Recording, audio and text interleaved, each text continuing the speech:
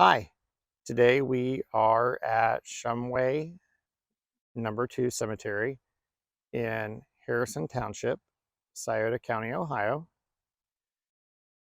near the Menford Airport. We start to walk north here. We'll make our way up to the corner. And sorry in advance if it's a little lumpy bumpy walk, but our gimbal that we normally use to steady the video, it's not working today. So we look up there in the distance, we can see the outline. You see some obelisks and low granite markers. And in the distance, that's Shumway #1 Cemetery. And then back here, we are at Shumway #2. We have the headstone for Esther Frazier. It looks like she died in, looks like 1985, but looks like a birth of 1843. So that's it, not it. So that might be a replacement marker. We'll have to get on Find a Grave and see if we can find appropriate dates. We have a granite government issued marker for W.A. Frazier, Company G, 36th Ohio Infantry. Now, I don't know if it's the Scioto County or for the airport or for the Harrison Township trustees, but they've been doing a decent job of, keeping clean around the headstones, even if they're not known to be headstones, just field stones. They've kept around them relatively clear so that people can, possibly find their ancestors. You never know when, you might read an old family Bible that says, Grandpa's stone was third from the oak tree or third from Uncle Joe's. And some of these people can be identified simply just because they have a marker like this. Some days the sun hits just right and you can make out names. Not always, but sometimes. So we have a lot of fieldstone burials here. Here we have the stone marker for Sylvanus T., son of John and Medable Shumway, who died March 21st, 1848, aged 1 year, 5 months, and 8 days.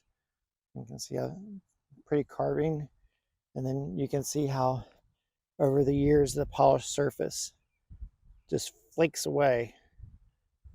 And this one might have been stood back up recently, because you can see where it's hasn't always leaned at that angle.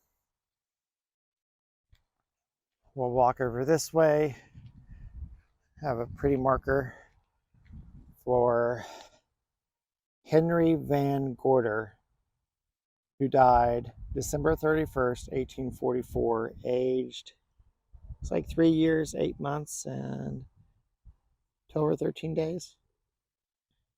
Let me look there. Beautiful. We have another marker for Henry Esther. Henry Esther, daughter of Henry and Polly Youngs Gorder, died March 24th, 1848, aged 3 years, 7 months, and 4 days. Kind of look back where we came from. Look back this way, that's the corner we walked to, and in the distance, that's the Menford Airport. Tree stump.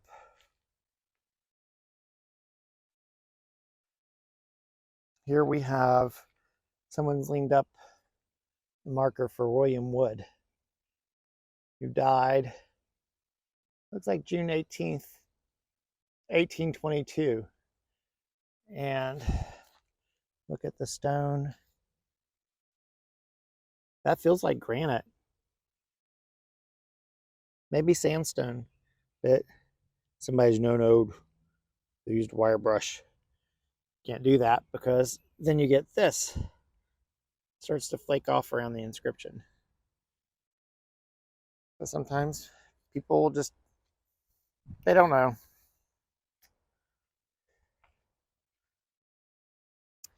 Here we have one that's been encased in a wood frame. It's a marble headstone. And a lot of these were, I thought it was really neat. They didn't really square off the foundations. They just left the foundation as whole as possible, and then they just gouged out where the marble went. So this one for Abner Wood, who died,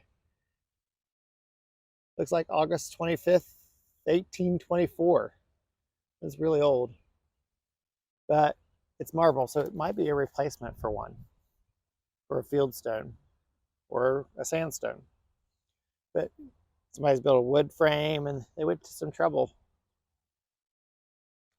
And we can see a pile of rocks that might have, oh, yep, that probably held the original stone, because you can see where they've gouged it out right there.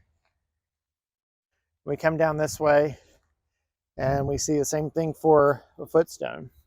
Now, this footstone is marble and it's for Rebecca Wood. And then we have a local stone and we can see the awesome engraving marks. And we see the footstone base, slotted base. Don't see the slotted base for this one. But that's for RW. And according to Find a Grave, there's a grave request for a photo of the grave of Rebecca Wood, who is the wife of Abner Wood. So I think common sense would tell us, hey, we got a base here and a broken base there with marble. Yeah, if we looked around in this area, we might find the marble headstone of Rebecca Wood, but the skies are looking not happy. And we're not hearing any airplanes, so it might be time for us to get ready to go. But we have found the footstone, we believe, for Rebecca Wood. But as we go around, there's a lot more stones, and we suspect that they're burials just based on their placement. So those distances are reasonable for a headstone and footstone. We'll work our way back over. I thought this one was really neat. So, and also, they're all in a straight line. So the distance between the headstone and footstone are pretty uniform, but also facing east-west axis. But this one, you can really make out the detail in the stone. And for those that, I'm not great with shapes and names for headstones, but in our area, the earlier stones are more rectangle, and then they started getting fancier. And this one looks like one that was intentionally been fancified, where they have the shoulder, then it goes up, and they would usually have an engraving in here, like a willow tree or a Moravian star, and then the inscription would be here. So it's not like this is naturally occurring. You can see where they've carved that out to make the shape. And then we have a tree right here that might have been planted, or it might be the descendant of the original tree that was planted, but I would say this is an early burial and possibly related to the woods. If we go next to it, we have another locally quarried stone, and we can see the cut marks there to square it off. These are always fun to come out with a mirror and catch the sun to see if you could see if anyone scratched anything in there. We've had a lot of luck with using mirrors to reflect light across the surface of a stone to catch those really small engravings. Here's a good example of what we expect when we see an early stone, at least in our area here in southern Ohio. They have this just rectangular shape. You know, we assume that about a third of this to half is below the surface, but they'll have plain face, sometimes some light inscribing, and we have some cut marks there on the top and sides. This is Harriet E., daughter of Henry and Polly Van Gorder, who died January 14th, 1838, aged 2 years, 3 months, and 20 days. And next to her, we have the marker of William Thomas H., son of Henry and Polly Van Gorder, who died March 25th, 1843, aged 1 month and 13 days. You can see the beautiful engraving there and how over the years, what's really evident here on the side and on the top of this marker has all worn away. But the engraving is still in great shape. And we come down here and we have the footstone, WTHV.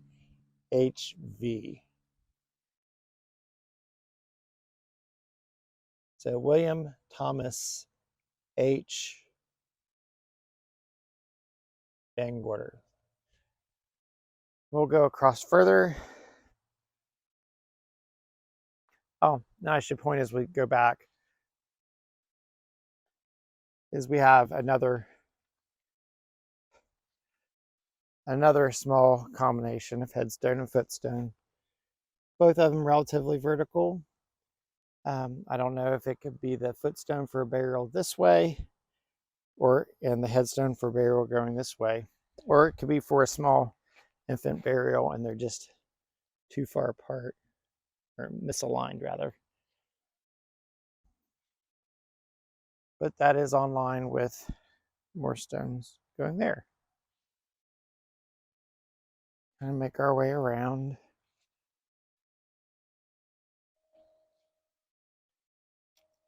But they've done a great job of clearing all the way around in case there's broken pieces. They can be located. Just a little panning shot. Again, we are at Shumway number 2 Cemetery in Harrison Township, Scioto County, Ohio. Our reason for coming out today was one to update our pictures and to make this video, but also we had been asked to repair a monument for an early settler of Scioto County. So while we're letting everything take place, we're making this video. Here we have another fieldstone. It's almost like in this cemetery, there's little family groups. So I know that's probably common for a lot of cemeteries where everyone lives. But this one is not just, one family member and then cousin, and it just spreads out uniformly throughout the cemetery. This is more like there's a huge distance in between. There we have one family, the Woods right here. We have the Van Gorders right here. And we have the Frasers, well, you can see in that corner. And then we have all this space here.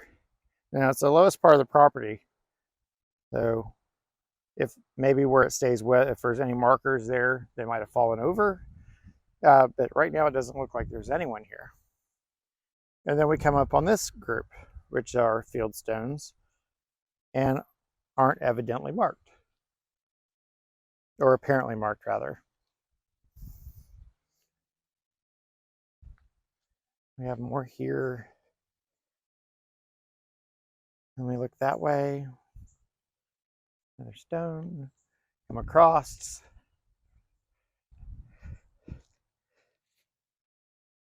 You walk around cemeteries long enough and you're like, oh, either every rock you see is a headstone, or sometimes it's like, no, this has to be a headstone just based on the way it's laid out.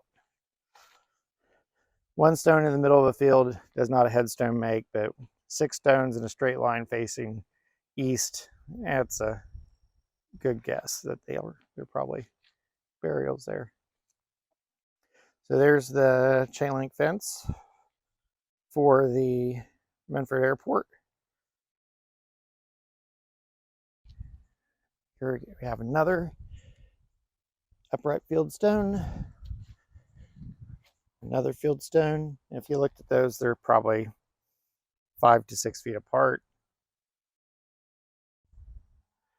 Here we have a government issued marker. And that looks like Gillum, I believe so. And we have a marble footstone. And we have a lot of, these all need bases. This is Henry Gillum. Looks like he died in 1856. You can see this is a large marble marker. It's at least 4 foot tall. And it's just leaning on this tree. So that's eventually going to fall over. We have Lucetta. Can't really read that one. We'll walk all the way around. It looks like George W. I can't quite make out the name on that one, but that's infant son. But I'm going to guess Gillum again, because we have George G. And then here we have, out of nowhere, we have Henslow White, son of Columbia and Jerusha White. Departed this life June 26, 1851, aged 1 year, 4 months, 12 days. So we go from having Gillums right there, and we have Whites here. We come up this way, we have another marble marker.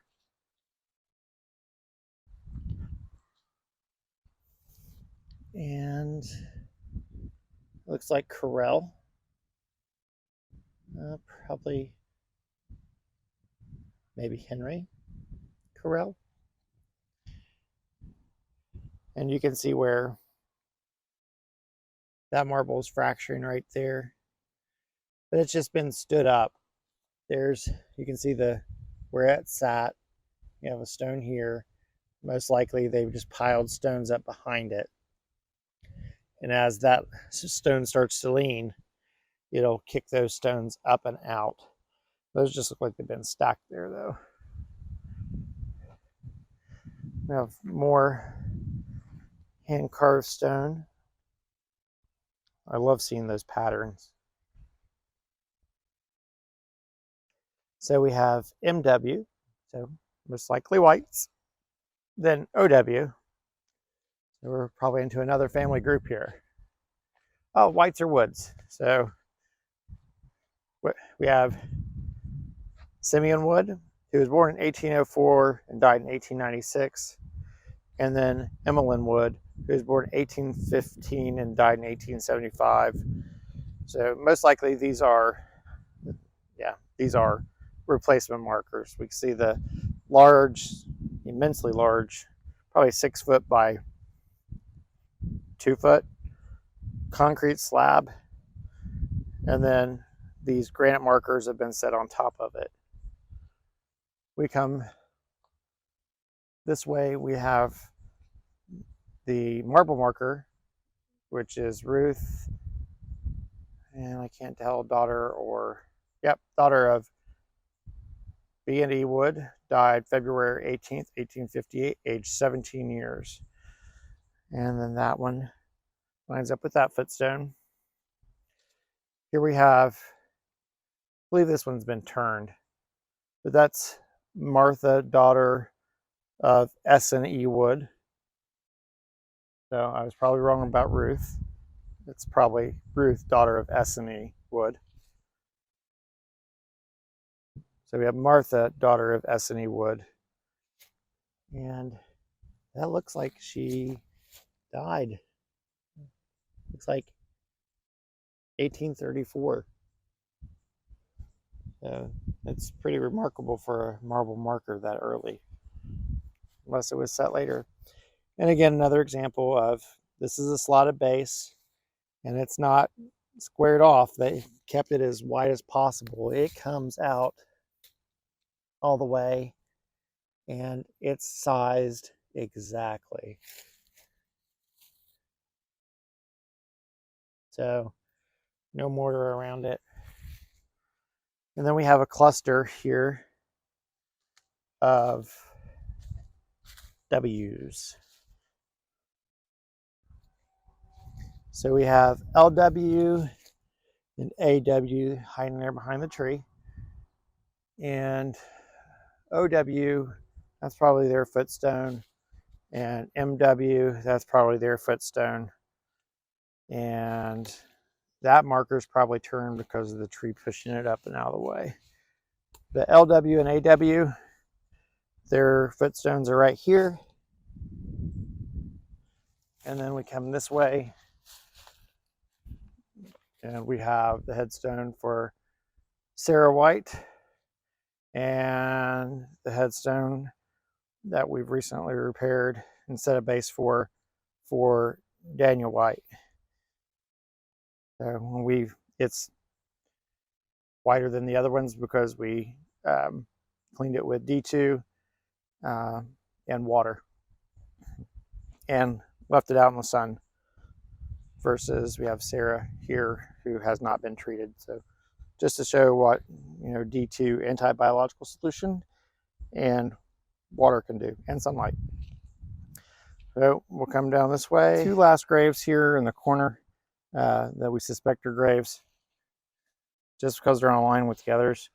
And when we come to them, they have opposites. They have a headstone, what we suspect to be a headstone, and a footstone. And if we put them on line with the others, they line up. So possibly another family, or possibly just an extension here that we're missing other ones. And then we come here and have this one. If you look at it, it just comes up. And we walk out a couple steps and we fill stone there right underneath our feet. And our very last one is over here in the corner. Thank y'all for being patient with me as we navigate the cemetery. It's not a huge one, but it's interesting in how it's laid out. So we have a little bit of cavitation here, and this marker is just completely surrounded by trees, and it's all by itself with no apparent markings. But it was someone, and that's what matters. We recognize it and try to preserve it the best we can, either by documenting or repairing, or just try to do our best. But again, this is Shumway number 2 Cemetery in Harrison Township, Scioto County, Ohio. And thank you all for watching.